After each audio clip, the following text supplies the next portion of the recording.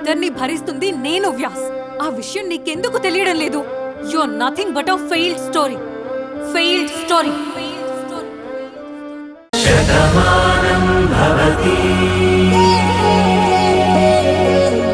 నేను పిలిచే వరకు నీకు మెలకువ రాలేదంటే నువ్వు నన్ను మర్చిపోయావు. సరే మురారి, నేను వెళ్తాను.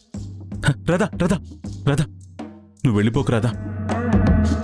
నన్ను వదిలి వెళ్ళిపోకు రాధా. నేను నిన్ను మర్చిపోలేదు రాధా. ప్లీజ్ రాధా, వెళ్ళిపోకు రాధా. రాధా రాధా రాధా రాధా, వెళ్ళకు రాధా. ఆగు రాధా. రాధా రాధా, ఆగు రాధా. వెళ్ళకు రాధా. వెళ్ళకు రాధా. రాధా ఆగు రాధా, నేను వస్తున్నాను. ఆగు రాధా. మావయ్య, రాధా. మావయ్య, మావయ్య, అమ్మమ్మ, అమ్మా, మావయ్య, ఆగు రాధా. మావయ్య, నేను వస్తున్నాను. ఆగు రాధా. మావయ్య, రాధా. అమ్మమ్మ, అమ్మా, మావయ్య. ఏంటమ్మా, ఏం జరిగిందో చూద్దాం. పద పద. మావయ్య, ఆగు రాధా. మావయ్య, రాధా, మావయ్య, ఆగు రాధా. నేను చెప్పేది విను రాధా. రాధా. కిట్టయ్య, రాధా. మావయ్య, సత్య, రాధా వెళ్ళిపోతుంది. మావయ్య, తమ్ముడు. కిట్టయ్య, ఆగు. అమ్మా, తమ్ముడు, ఆగు రాధా, కిట్టయ్య. రే తమ్ముడు, తమ్ముడు. మావయ్య, ఆగు మావయ్య, మావయ్య, ఏమైందిరా? అక్కడ ఎవరు లేరు మావయ్య. ఎందుకు అలా అరుస్తున్నావు? ఆగు తమ్ముడు. లేదమ్మా, నా కోసం రాధ వచ్చిందమ్మా. రాధ నా కోసం వచ్చింది. కిట్టయ్య, మావయ్య, ఆగు. వద్దు తమ్ముడు. కానీ నేను తను వచ్చేసరికి నిద్రపోతున్నానని చూసి అలిగి వెళ్ళిపోతుందమ్మా.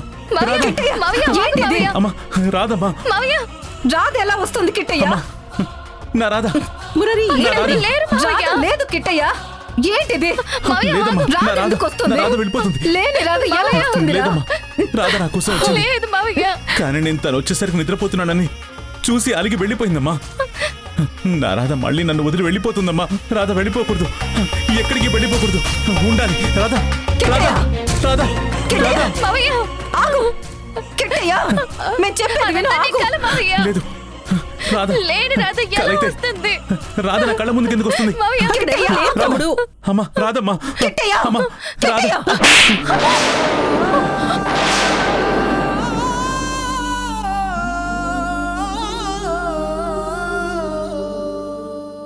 ఎలా వస్తుందిరా?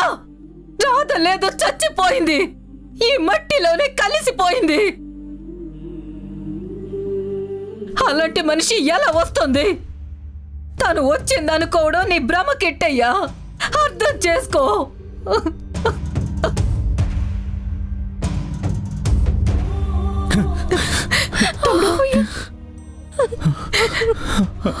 అవునమ్మా, రాధ చచ్చిపోయింది కదా. నా రాధ చచ్చిపోయింది.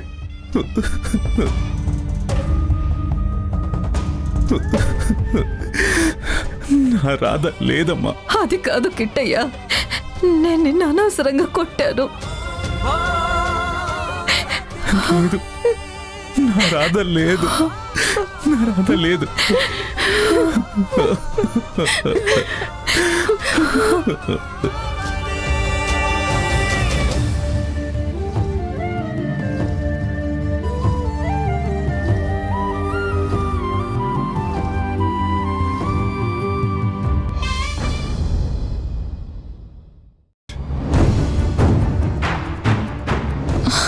హే, ఎవరు మీరు?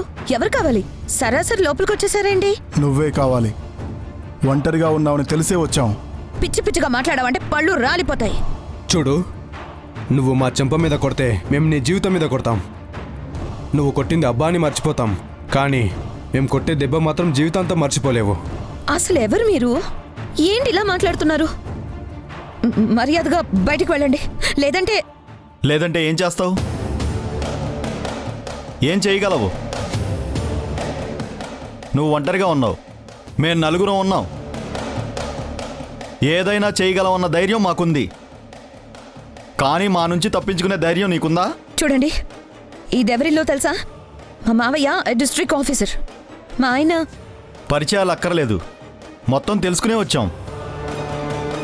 మీ ఆయన ఇక్కడికి వచ్చి ఫ్యాక్టరీలు కట్టేస్తాం, ఉపాధులు ఇచ్చేస్తాం అంటూ పెద్ద పెద్ద స్పీచ్లు ఇస్తున్నాడు. అవన్నీ ఆపేయమని చెప్పు. ఊరికి మంచి చేస్తానని వాళ్ళు చెప్తుంటే ఆపమని నేనెందుకు చెప్పాలి? ఆయన చేసేది మంచి అయినప్పుడు నేనెందుకు ఆపాలి? చూడు పాప, మేం చెప్పింది విన్నావే అనుకో, ఏ సమస్య ఉండదు. ఇలా మాకు ఎదురు చెప్పావనుకో, చాలా పెద్ద సమస్యలు ఎదుర్కొంటావు. మీరు ఇలాగే మాట్లాడితే నేను పోలీస్ కంప్లైంట్ ఇవ్వాల్సి వస్తుంది. రేయ్, ఇది మన మాట వినేదట్లేదురా. రేయ్, తలుపులు మూసేయండి రా. రే, ఏం చేస్తున్నారు? మేమేదో చేసే దుర్మార్గులం కాదు. కాకపోతే ఇక్కడున్న సామాన్లు విసిరేస్తాం, నువ్వు గట్టిగా అరుస్తావు, ఇక్కడ ఒక అరగంట మొత్తం అడవడే అవుతుంది. ఇక్కడ ఏదో జరిగిపోతుంది అనుకుని చుట్టుపక్కల వాళ్ళందరూ గుమ్మం ముందుకొచ్చి చూస్తారు. తర్వాత మేమందరం షర్టు బటన్స్ ఇప్పేసుకుని ఆ బటన్స్ మేమే పెట్టుకుంటూ బయటికి వెళ్ళామనుకో, నీ బతుకు బస్టాండ్ అయిపోతుంది. తర్వాత నువ్వు కంప్లైంట్ ఇచ్చినా మాకు పెద్దగా ఏం జరగదు. పోలీసులు మమ్మల్ని జైల్లో వేస్తారు, ఇంట్రాగేషన్ చేస్తారు, మా లాయర్ వచ్చి బెయిల్ ఇస్తాడు, మేము బయటకు వచ్చేస్తాం. కానీ నీ పరిస్థితి ఏంటి పాప? ఏముందిరా, చెడిపోయిన ఆడదాన్ని ఈ సమాజం చిన్న చూపు చూస్తుంది తప్ప మంచి చూపు చూడదు. నీ భర్త ఎంత మంచివాడైనా సరే అలా జరిగిందని తెలిసాక నిన్ను ఎలా ఏలుకుంటాడు చెప్పు? కాబట్టి ఇలాంటి ప్రమాదం ఏం జరగకుండా ఉండాలంటే మర్యాదగా మేము చెప్పింది వినాలి. మీకు దండం పెడతాను. నువ్వు మాకు దండం పెట్టక్కర్లేదు, మీ ఆయనకి అర్థమయ్యేలా చెప్పు. ఇక్కడ జరుగుతున్న అభివృద్ధి అంతా ఆపేసి వెంటనే వెళ్ళిపోతామండి, ఇక్కడ ఎలాంటి పని చేయొద్దని చెప్పి తీసుకెళ్ళిపో. లేదంటే తెలుసు కదా మేమేం చేస్తామో. నిన్ను ముట్టుకోం, కానీ నీ జీవితం అడవి కాచిన వెన్నెల్లా అందరికీ అర్థమయ్యేలా చేస్తాం. పొరపాటున ఇదంతా మీ ఆయనకి చెప్పి వాడు హీరోయిజం చూపించాడనుకో, గుర్తుపెట్టుకో, మీ ఆయన ఒక్కడే, మేము నలుగురం తోటలో రెడీగా ఉంటాం. మీ ఆయన కాళ్ళు చేతులు విరిచేసి పార్సిల్ చేసేస్తాం. మర్యాదగా నిజాన్ని దాచి మీ ఆయన్ని తీసుకెళ్ళిపోతావో లేక పేషెంట్గా పట్టుకెళ్ళి నీ జీవితాన్ని నువ్వే నాశనం చేసుకుంటావో ఆలోచించుకో. పదండ్రా.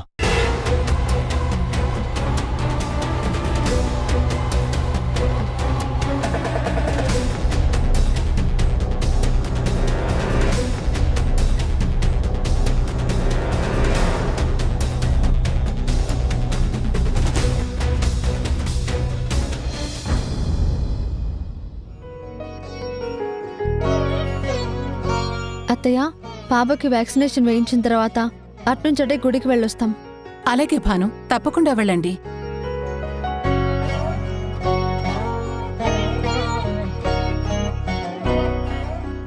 ఒక్క గుడికేంటి, అలా ఏదైనా హోటల్కి వెళ్ళి శుభ్రంగా లంచ్ కూడా చేసిరండి. చాలా రోజుల తర్వాత బయటకెళ్తున్నారు కదా, హ్యాపీగా ఈ రోజంతా కూడా తిరిగి సాయంత్రం రండి. మిమ్మల్ని ఎవరొద్దన్నారు చెప్పు? మాకు కావాల్సింది కూడా మీరు లేటుగా రావడమే. అదేంటి అలా మాట్లాడుతున్నారు? అబ్బే, అదేం లేదు. చాలా రోజుల తర్వాత చిలకా గోరింకల్లాగా మీ ఇద్దరు బయటికెళ్తున్నారు కదా, వెంటనే గోడ కొట్టిన బంతిలా ఇంటికెందుకు వచ్చాడో లేటుగా రండి అని చెప్పబోయి అలా చెప్పానంతే.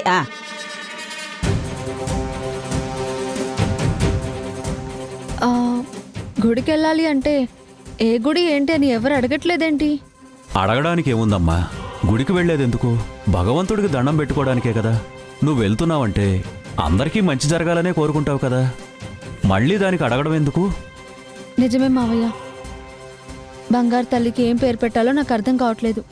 అందుకే దేవుడికి దండం పెట్టుకుని గుళ్ళో కూర్చుని ఆలోచించాలి అనుకుంటున్నాను. అందుకే గుడికి వెళ్ళొస్తాం. బాను, ఇంకా మాట్లాడేంటి? టైం అవుతుంది కదా, వెళ్దాం పద. టైం అవ్వడం ఏంటండి? మనం ఆఫీస్కి ఏమైనా వెళ్తున్నామా?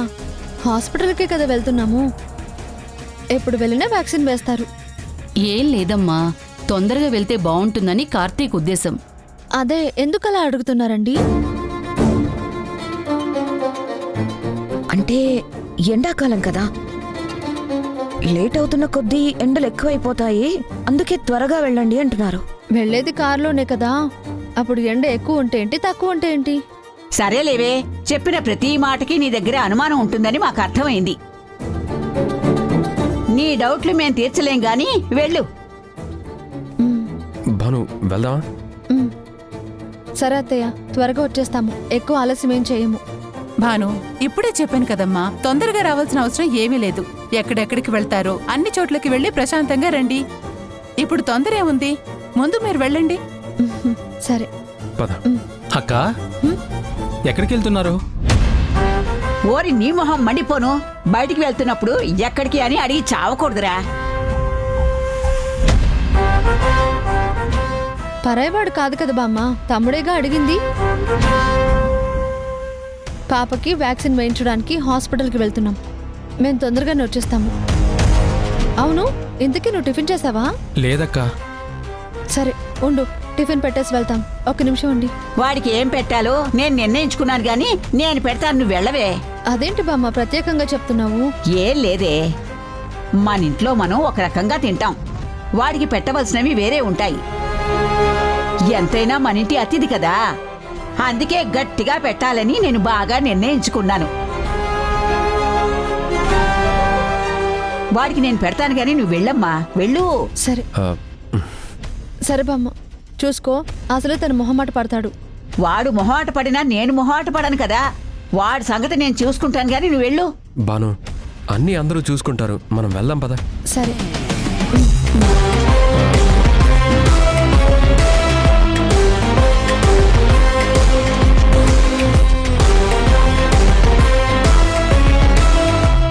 మా భానుక్క చెప్పింది కదా, నా కోసం ఏం టిఫిన్ చేశారు? హా? టిఫినా? ఎరా, ఎండిపోయిన పిడకలాంటి మొహం వేసుకుని ఇంటికి వచ్చావు. బాను ముందు మేమేమి మాట్లాడమని తెలిసి నీ ఇష్టం వచ్చినట్టు ఎగురుతావా? ఇప్పుడు బాను ఇంట్లో లేదురా, ఇప్పుడు నిన్ను చింతకాయ తొక్కినట్టు తొక్కేస్తా. అబ్బా,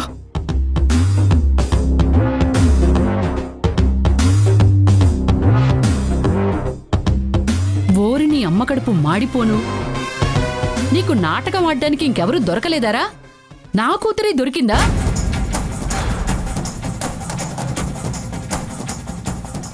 నీ మొహమేంటి, నా కూతురు మొహమేంట్రా? ముచ్చు మొహం లాంటి నువ్వు బంగారు బొమ్మ లాంటి నా కూతుర్ని భార్యని చెప్పుకుంటావా?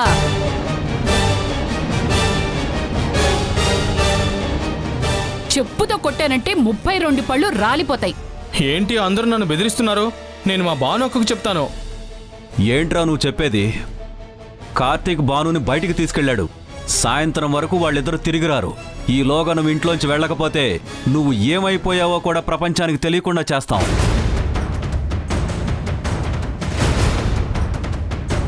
చూడు, భాను మీద మాకున్నటువంటి అభిమానాన్ని నువ్వు మా చేతకానితనంగా తీసుకుంటున్నావు. తన ముందు మేవేవి మాట్లాడవన్నటువంటి వీక్నెస్ ని తెలుసుకొని నీ ఇష్టం వచ్చినట్టుగా నువ్వు వాడుతున్నావు. భాను చాలా మంచిది. నువ్వు గుళ్ళో తనకి చూపించినటువంటి ఆధారాలతో నిజంగా నువ్వే నీలిమ భర్తవనుకుని నిన్నింటికి తీసుకొచ్చింది. నా కోడలు ఈ విషయంలో ఎలాంటి తప్పు చేయలేదు.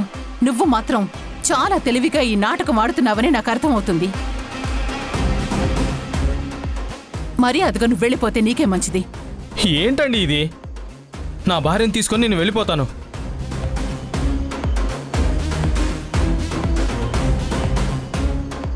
కావాలంటే నీలిమని పంపించండి, ఇద్దరం కలిసి వెళ్ళిపోతాం. ఏంట్రా కలిసి వెళ్ళేది? అసలు నువ్వెవరు? నీ మొహం నేను ఇంతవరకు ఎప్పుడైనా చూసానా?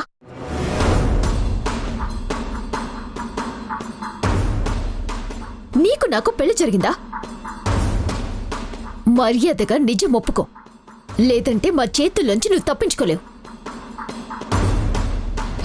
వీడికిలా మంచిగా చెప్తే వినే రకం కాదని మనకు తెలుసు కదా. బామ్మగారు, వీడిని మీ స్టైల్లో మీరు తిట్టండి. మేమందరం కలిసి ఎముకలు విరిగిపోయేలా కొడతాం. తర్వాత వీడిని ఏ హాస్పిటల్లోనో పారేస్తే కోలుకోవడానికి కనీసం 6 నెలలైనా పడుతుంది. వీడెక్కడున్నాడన్న విషయం కూడా భానుకి తెలీదు. వీడు మనకి పెట్టిన టార్చర్కి అంత తేలిగ్గా వదిలేయకూడదు. మీరు ఊ అనండి, శుభ్రంగా బండకేసి జింబుకాన ఉతికినట్టు ఉతికేసి కాళ్ళు చేతులు విరగొడతాను. కళ్ళు వంకర్లు పోతాయి, పళ్ళు రాలిపోతాయి, రూపం మొత్తం పోయి కొండ మీద పండుకొతిలా తయారవుతావు. అప్పుడు వాడి మొహం వాడే అద్దాలు చూసుకోవడానికి భయపడేలా చేసి మరీ ఇంటి నుంచి పంపించాలి.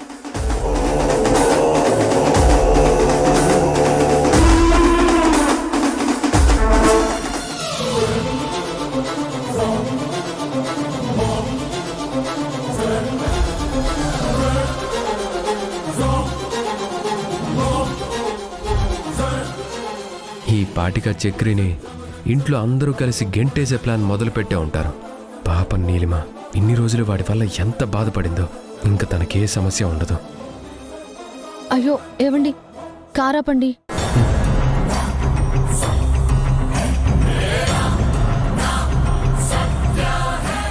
ఏమైంది బాను, ఎందుకు కారాపమన్నావు? ఏవండి, మనం వెంటనే ఇంటికి వెళ్ళాలి. కారు వెనక్కి తిప్పండి. ఓ ఓకే. ఏవండి, ఇప్పుడు ఇంటికెందుకు? మనం హాస్పిటల్కి వెళ్ళి అటునుంచి గుడికి బయటకు కూడా వెళ్దాం అనుకున్నాం కదా. ఇప్పుడేం వద్దులే. అది కాదండి, పాప రిపోర్ట్స్ అన్ని ఇంట్లో మర్చిపోయాను.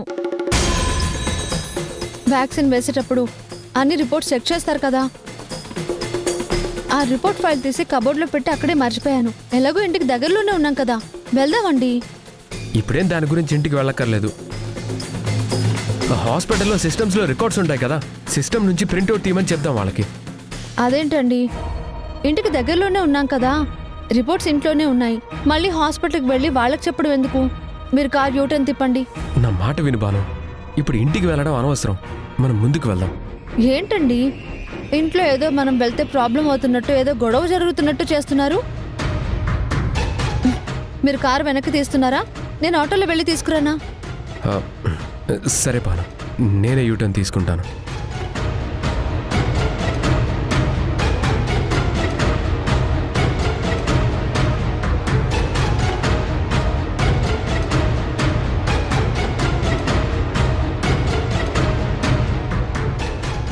చూడండి, మీరు నన్ను ఒంటరిని చేసి బెదిరిస్తున్నారని నాకు అర్థమైంది. కానీ నేను మా బానక్కతో చెప్తాను, తనే మీతో మాట్లాడుతుంది. నేను ఎక్కడికి వెళ్ళను.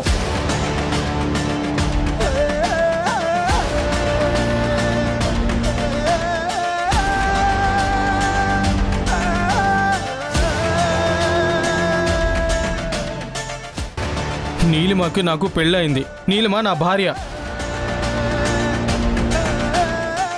నా భార్యని పంపిస్తే నేను తీసుకొని వెళ్తాను, లేదంటే ఇక్కడే ఉంటాను. ఇక్కడి నుంచి ఎక్కడికి కదలను.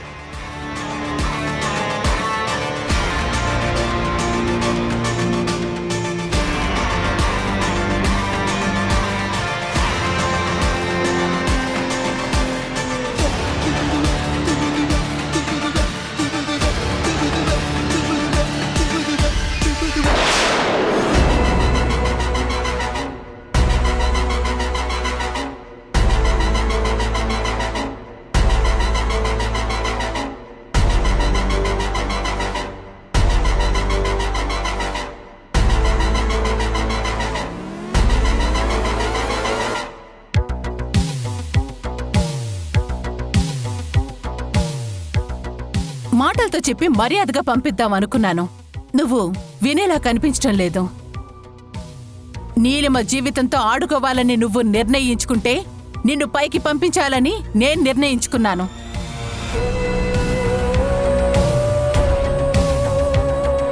ఇది లైసెన్స్డ్ గన్.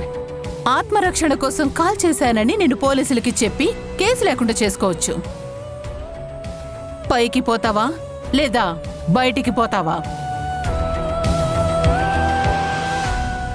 ఇప్పుడు చెప్పరా, నువ్వు నీలిమ మొగుడివా? మాట్లాడరా. నువ్వింకొక మాట మాట్లాడితే ఆ బుల్లెట్టు నీ బుర్రలోంచి పోతుంది. నువ్వు శవమైపోతావు.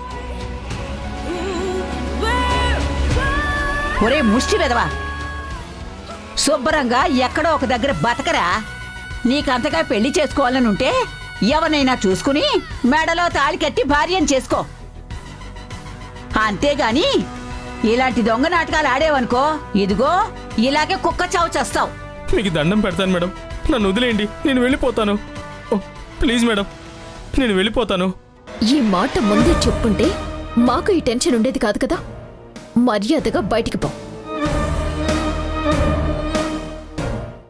వీడికి మర్యాదగా ఇవ్వడం కాదు, ఇంకొకసారి భానుకి కనిపించాడంటే నిజంగానే ప్రాణం తీసేస్తాను అని వార్నింగ్ ఇచ్చి పంపించాలి. ఏయ్ వెళ్ళు.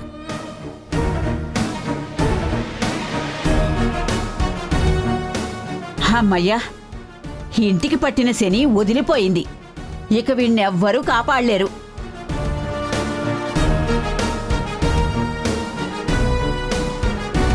వెళ్ళరా. వెళ్తున్నాను.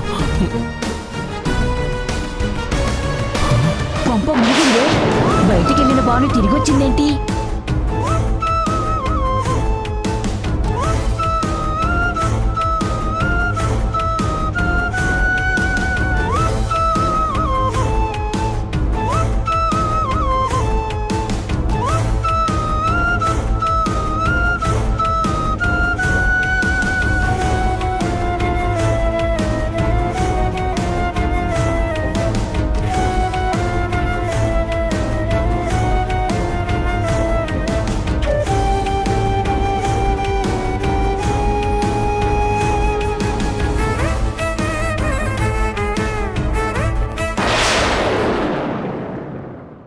అత్తయ్య, మీకు ఒక మాట అయినా చెప్పకుండా నేను ఒక నిర్ణయం తీసుకున్నాను.